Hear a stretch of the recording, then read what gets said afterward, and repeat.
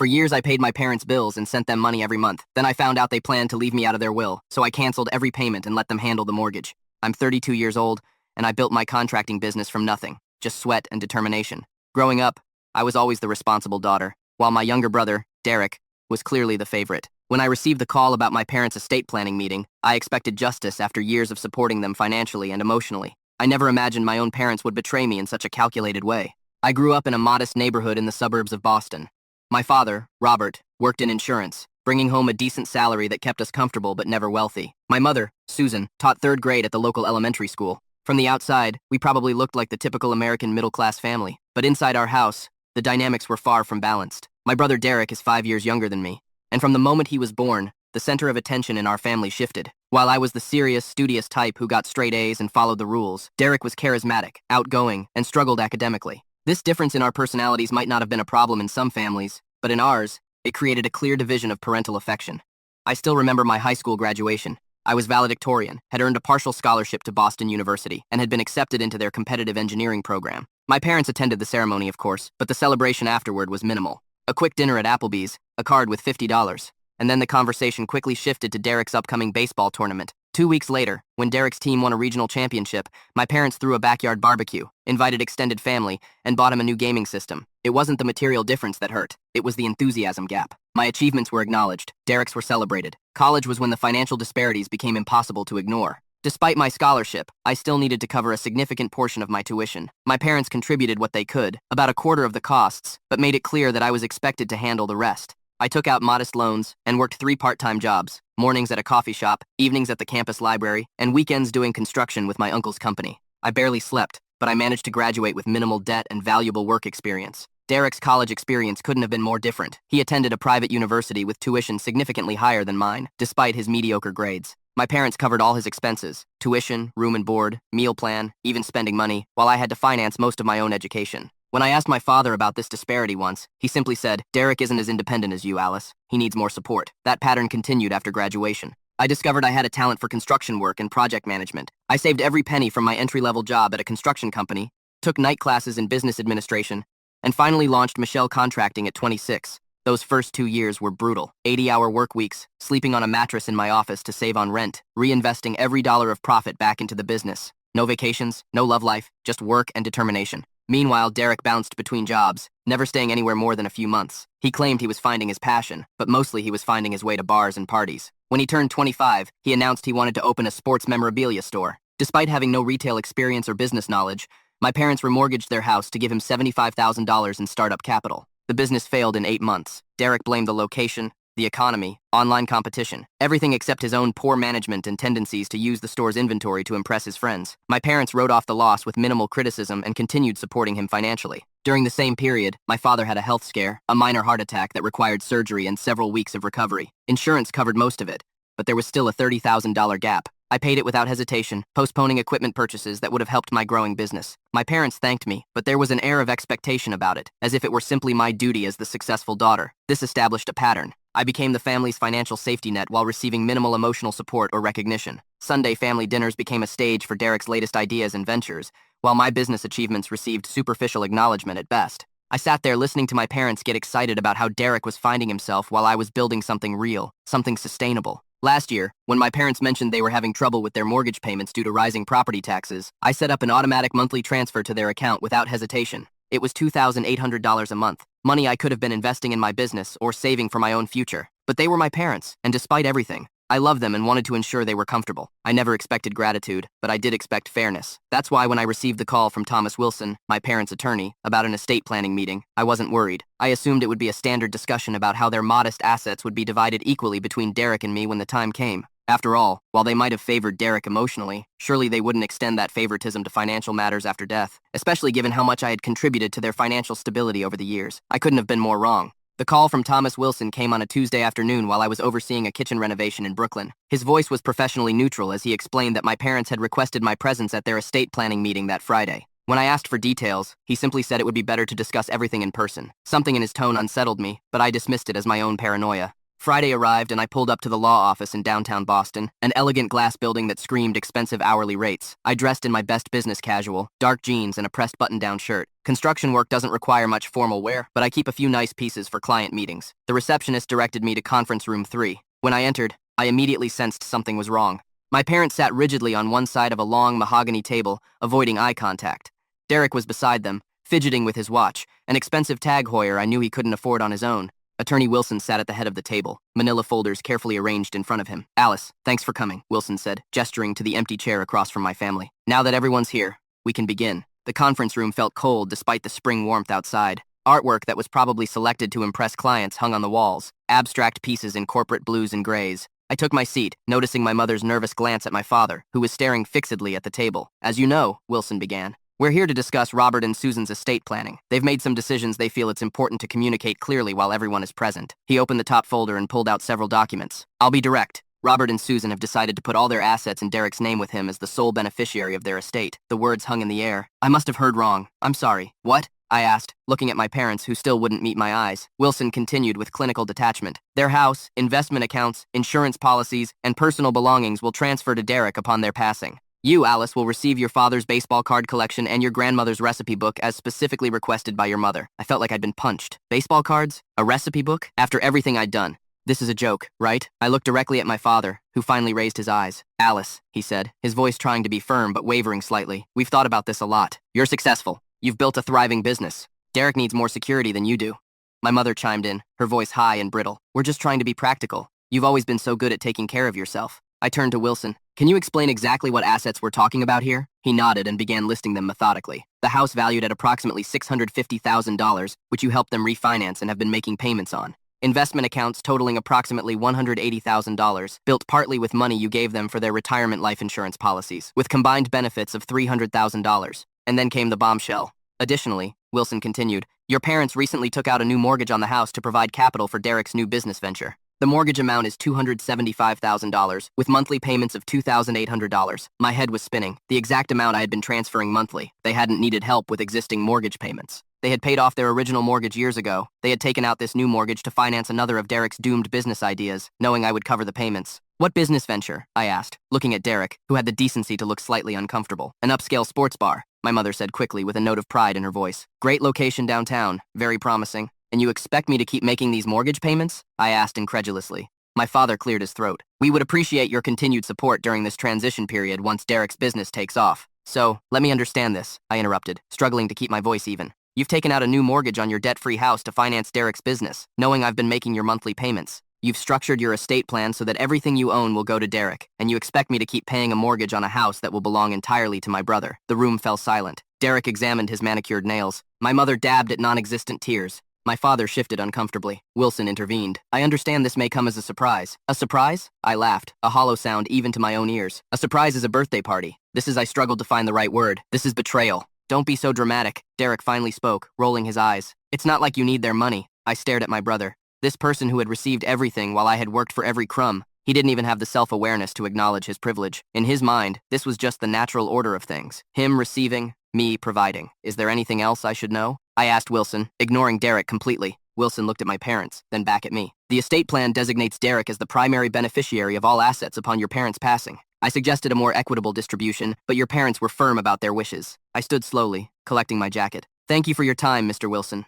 I appreciate your transparency." "Alice, wait," my mother called as I headed for the door. "We should discuss this as a family. Maybe Sunday dinner." I turned one last time, taking in the tableau. My nervous parents, my entitled brother, the lawyer with his neat stacks of papers documenting my family's complete disregard for my contributions and sacrifices. "I won't be at dinner," I said quietly. "I have some financial planning of my own to do." I left, ignoring my mother's calls and my father's suddenly authoritative voice demanding I come back. In the elevator down to the parking garage, my phone began buzzing with texts and calls. I put it on silent and drove home in a state of numb disbelief. The magnitude of the betrayal wasn't fully registering yet. This wasn't about the money itself. It was about what the money represented. Years of unreciprocated support, of being taken for granted, of being valued only for what I could provide. For the first time, I saw with perfect clarity that in my family's eyes, I wasn't a daughter or a sister. I was an ATM with a pulse, and it was time to close that account. That night, I finally read the avalanche of messages from my family. My mother's texts ranged from concerned, "Are you okay? Please call us," to guilt-inducing, "After everything we've done for you." My father's were more direct, "You're overreacting. Call immediately to discuss your responsibilities. Derek had sent only one message again, making everything about you. I turned off my phone and went to bed, preparing for the storm that would follow when my family discovered I had cut off the money flow. Tomorrow would bring confrontation, but tonight I needed rest. The weight of financial obligation had been lifted from my shoulders, replaced by the heavier but necessary burden of establishing independence from toxic family ties. But first, I needed to understand the full scope of what I'd been giving them. I spent the evening going through my financial records with a fine-tooth comb, documenting every contribution I'd made over the years. The numbers were staggering when laid out in black and white. Derek's college tuition contributions, $14,000, given directly to my parents when they claimed they couldn't cover his sophomore year expenses. Dad's medical bills, $32,475 for the cardiac procedure and follow-up care. Home repairs, $20,500 for a new roof, updated plumbing, and electrical work when they discovered knob and tube wiring in their attic. Monthly transfers over the past 5 years, varying amounts averaging about $1,500 monthly before this year's $2,800, totaling over $90,000. Emergency assistance, approximately $15,000 for car repairs, appliance replacements, and other unexpected expenses. The total stunned me. More than $175,000 in just 5 years. Money that could have grown my business faster, bought my own house, or built my retirement savings. As I dug deeper into the bank statements, I noticed something that made my blood run cold. Several large withdrawals had been made from my parents' account, to which I had significantly contributed the day before deposits appeared in Derek's personal account. They had been funneling my financial assistance to him all along. I leaned back in my chair, processing this new level of deception. It wasn't just that they planned to give Derek everything after their death. They had been redirecting my support to him the entire time. Every dollar I thought was helping my parents maintain their standard of living had actually been subsidizing Derek's lifestyle and failed business ventures. The betrayal felt even more complete now. Not only had they excluded me from their will while expecting continued financial support, but they had been systematically deceiving me about where my money was actually going. I was funding Derek's life through what I thought was assistance to my parents. I called my financial advisor, Margaret Jenkins, and scheduled an emergency review. If my family was escalating to workplace confrontations and financial manipulation, I needed to ensure all my business assets were completely protected. I also made a decision that felt both terrifying and liberating. I would document everything and be prepared to show the extended family exactly what had been happening if they tried to paint me as the villain. That night, I drafted a detailed timeline of financial contributions, complete with bank records and documentation. If this was going to become a family war, I would be armed with facts, not emotions. The truth would be my shield against their inevitable attempts to gaslight and manipulate. The first indication that my parents had discovered the canceled transfers came at 9:17 a.m.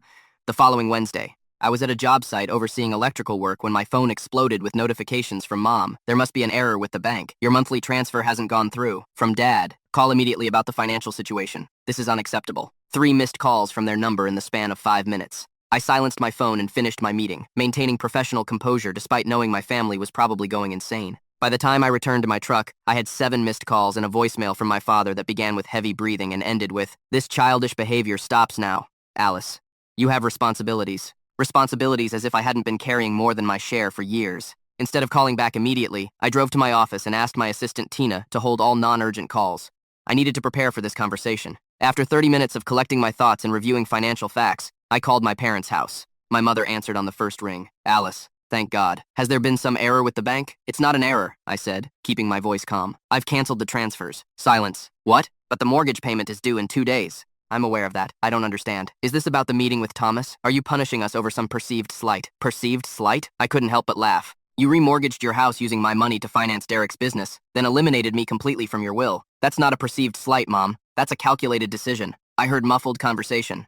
Then my father got on the phone. "What the hell do you think you're doing?" he demanded, his voice tight with anger. "Your mother is crying. I'm establishing financial boundaries," I replied. "Something I should have done years ago." "We're your parents," he shouted. "You can't set boundaries with us. We raised you, gave you a roof, fed you, and I've paid that back 10 times over," I interrupted. "I have contributed over $175,000 to your household in just the last 5 years. Money that apparently went to Derek's failed businesses and this new mortgage I knew nothing about." The conversation deteriorated from there. My father threatened. My mother pleaded. I remained firm. It ended with my father declaring, "If this is how you want it, fine. Don't expect to be welcome at Sunday dinner ever again." It was supposed to hurt me, but instead I felt strangely liberated. "That works for me," I said. "Goodbye." Over the following weeks, my family's pressure campaign intensified. Daily calls, emotional text messages, even a tearful voicemail from my mother saying, "We don't understand why you're punishing us like this after everything we've sacrificed for you." The gaslighting was breathtaking in its audacity. They hadn't sacrificed anything for me since I was 18. If anything, I had been the one making sacrifices to support them. And by extension, Derek. The psychological warfare became more sophisticated as days passed. My mother began calling my colleagues, claiming she was worried about Alice's mental state, and asking if they'd noticed any changes in my behavior. When my friend Michael told me about her call to his construction company, I realized they were trying to damage my professional reputation to pressure me back into compliance. She actually suggested you might be having a breakdown. Michael reported over beers one evening, said the family was concerned about your erratic financial decisions, and wondered if work stress was affecting your judgment. This was a new low even for them. Attacking my professional credibility crossed a line I hadn't expected them to cross. It made me realize how desperate they'd become, and how little they actually respected me as a person. To them, I was truly just a resource to be manipulated, not a human being with legitimate grievances. I began documenting these calls, asking friends and colleagues to keep records of any contact from my family members. My lawyer friend Sarah suggested I might need a restraining order if the harassment continued to escalate. They're essentially stalking you through your professional network, she pointed out. That's not normal family dysfunction. That's potentially illegal behavior. The irony wasn't lost on me. The same parents who had dismissed my feelings and contributions for years were now claiming to be concerned about my mental health because I'd finally stood up for myself. They couldn't conceive that my decision was rational and long overdue. In their minds, only mental illness could explain why their personal ATM had suddenly stopped dispensing cash. 3 days after I had canceled the transfers, I was reviewing quarterly projections when my phone lit up with a text from my mother. Mortgage payment due today. Bank threatening foreclosure if not received by 5 p.m. I stared at the message for a long time, my thumb hovering over the keyboard. Finally, I typed 2 words and hit send, not mine. My mother's response came almost immediately, a single crying emoji followed by silence. It was emotional manipulation 101. Designed to trigger guilt without actually addressing the real issue. 20 minutes later, my father called. Against my better judgment, I answered. "What the hell is wrong with you?" he demanded without preamble. "Your mother is having a breakdown. I've made my position clear," I replied, keeping my voice steady. "The mortgage isn't my responsibility." "We're about to lose our house," he shouted. "The house you grew up in. The house you remortgaged to finance Derek's business without telling me, despite knowing I was making the payments," I corrected. "The house that's going to Derek anyway, according to your estate plan." The confrontations continued, including my parents showing up at my workplace, creating scenes that threatened my professional reputation. But I held firm. For the first time in my adult life, I was putting myself first, not out of selfishness, but out of necessary self-preservation. Months passed. Through my Aunt Emma, I learned that my parents had defaulted on 2 mortgage payments and received formal notice from the bank about potential foreclosure proceedings. Derek's sports bar was struggling, and he'd been forced to take a part-time job to supplement his income. "Reality is hitting them hard," Emma reported during one of our weekly check-in calls. "Derek actually asked your father for advice about possibly selling the business before it completely tanks." "That's surprising," I admitted. Derek had always rejected advice,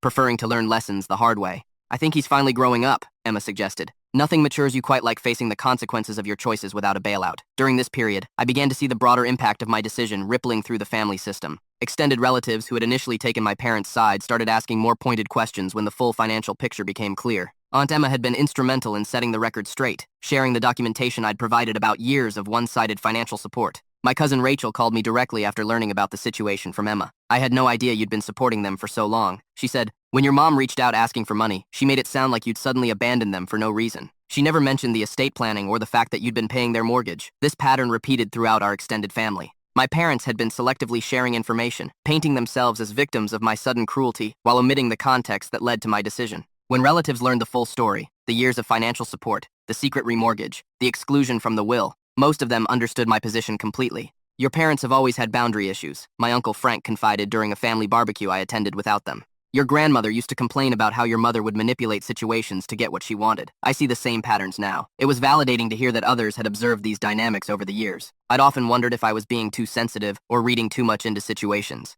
Learning that extended family members had noticed my parents' manipulative tendencies helped confirm that my decision wasn't an overreaction, but a necessary response to long-standing toxic patterns. My own life had settled into a new, healthier rhythm. My business was thriving. I'd finally bought my own house and started dating Lucas, an architect who helped me see what healthy relationships actually looked like. I continued therapy, processing years of normalized manipulation and exploitation. The opportunity for reconciliation came when my father sent me a handwritten letter. The first written communication he'd sent that wasn't an email or text in probably 15 years. I opened it cautiously, half expecting another guilt trip or financial appeal. Instead, I found something I'd never received from my father before, a genuine apology. "Dear Alice," he wrote in his precise engineer's handwriting, "I have started and discarded this letter a dozen times, struggling to find the right words. The simple truth is that your mother and I have treated you unfairly for many years. We took your success and responsibility as license to expect more and more from you while giving less and less in return. The estate planning decisions were the culmination of years of unbalanced family dynamics, and your reaction, while painful for us, was justified. Selling the house and moving to something smaller has been humbling, but necessary. For the first time in years, we're living within our means, instead of relying on your generosity. I don't expect this letter to immediately repair the damage we've caused to our relationship, but I hope it can be a first step toward a more honest and balanced connection in the future, if you're willing. With love and regret. Dad, I read the letter 3 times, processing its meaning.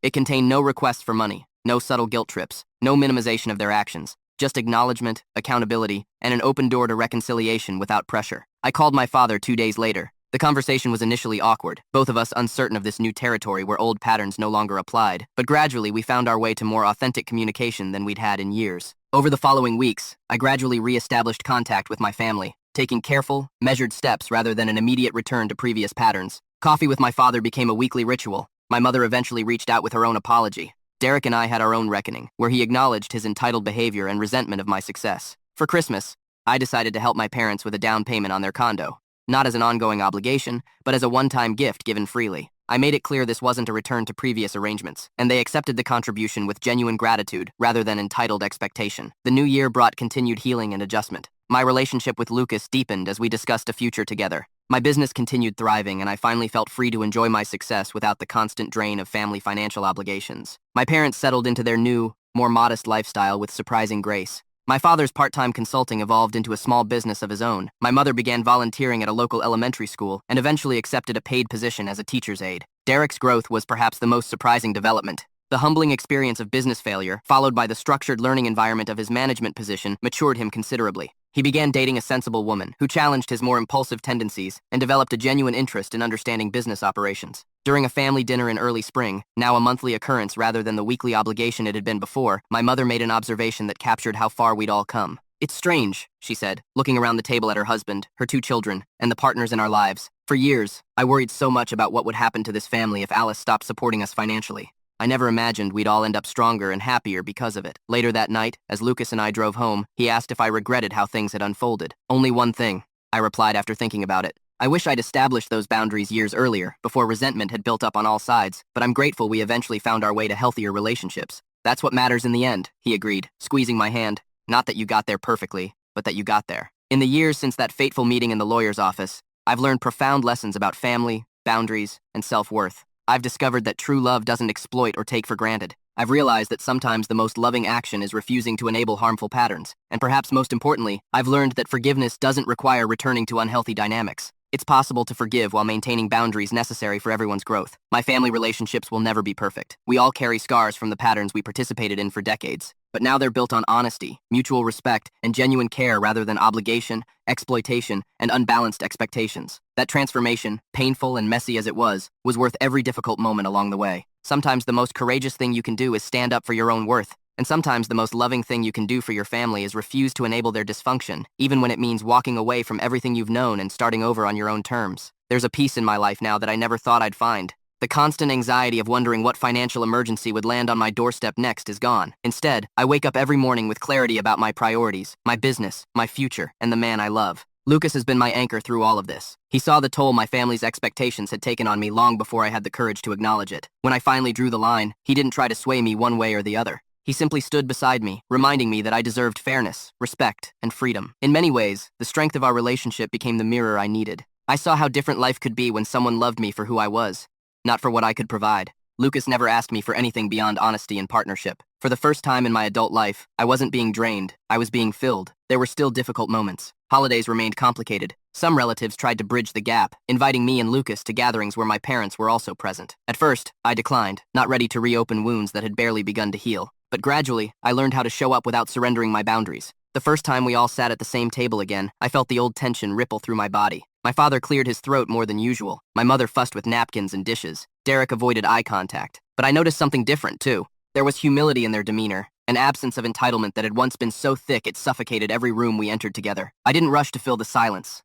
I let it exist. And eventually, real conversations replaced the awkwardness. My parents asked about my projects, not with feigned politeness, but with genuine interest. Derek spoke about his new role in management with a tone of responsibility I hadn't heard before. He even admitted in his own halting way that he understood now how much I had carried. Forgiveness wasn't a single event, it was a process. Some days I felt open to it. Other days I felt the sting of betrayal all over again. But Lucas reminded me that forgiveness wasn't about excusing the past. It was about freeing myself from it. When he proposed to me on a quiet evening in our backyard, the city skyline glowing in the distance, I felt a wave of gratitude so strong it brought me to tears. Gratitude that I had survived the years of imbalance. Gratitude that I had learned to stand tall on my own. And gratitude that I had found a partner who valued me without conditions. The wedding was small, intimate. Nothing like the grand displays my parents once insisted upon for Derek's fleeting ventures. Just close friends, a few supportive relatives, and vows that felt like promises I could believe in. My father walked me down the aisle, his hand trembling slightly, his eyes wet with a mixture of regret and pride. My mother cried softly, not from manipulation this time, but from a place of genuine emotion. I chose to let them be there, not because I had forgotten the past, but because I had chosen to build a different future, one where love was not measured in dollar amounts or sacrifices silently endured, but in respect, care, and presence. Today, as I sit in the home Lucas and I designed together, I can finally say that the weight has lifted. My business continues to thrive. My marriage is strong, and my family, while imperfect, has learned to exist with boundaries that honor everyone. I know now that I am more than what I provide. I am worthy of love that doesn't come with conditions. And though the road to this realization was painful, it led me exactly where I was meant to be. With Lucas by my side, I am not just surviving. I am living fully, freely, and finally on my own terms.